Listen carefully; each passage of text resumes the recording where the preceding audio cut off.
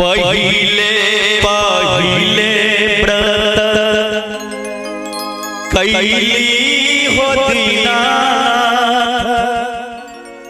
जानी ने पूजा तो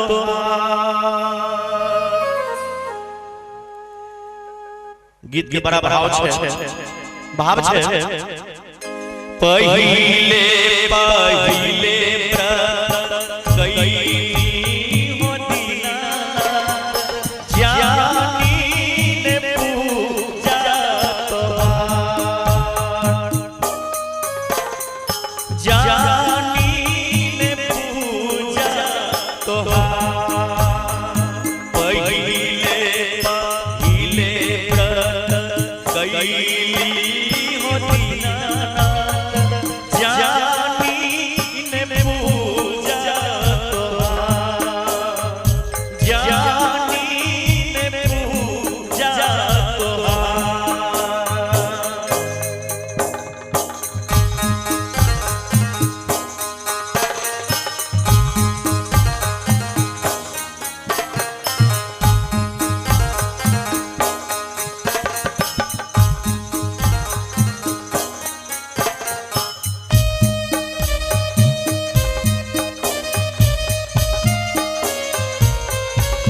हे दीनानाथ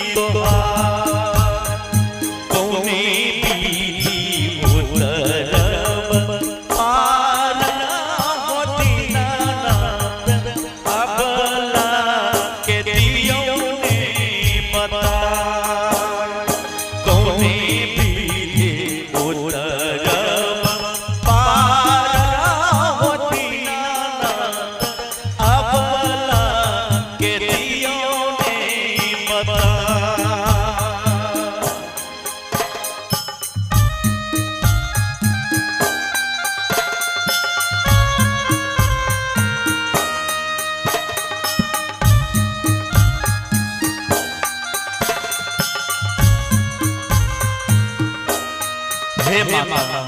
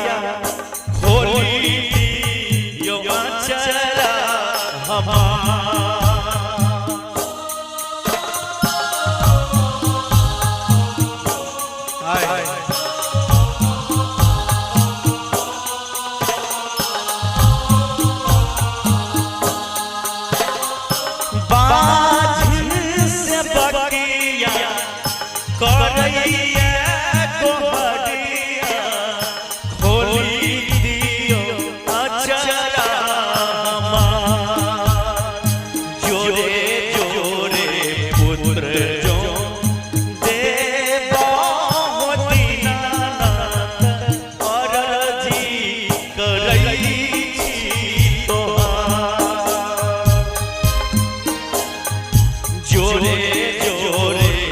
पुत्र जो देवावती नाथ विनती करै छी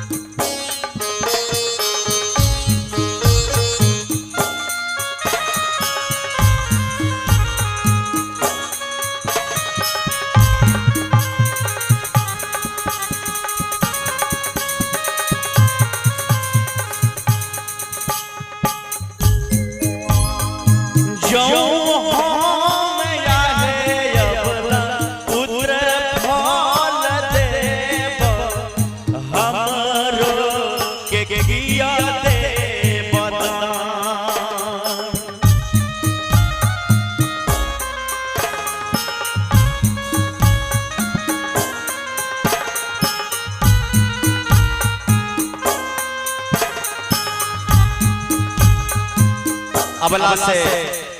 दीनानाथ भगवान कहै छै जे हे अबला जो अबला पुत्र फल देव हे किया देव हमरो के दान जो हमरा आहो दीनानाथ पुत्र फल देव जोरे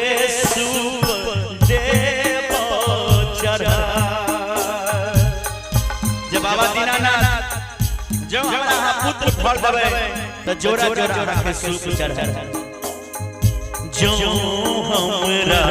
आहो दीनानाथ पुत्र फल देव जोरे सूप देव चढ़े जोरे सूप देव चढ़े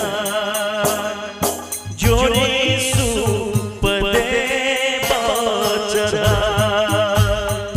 जोरे सूप देव चढ़ा।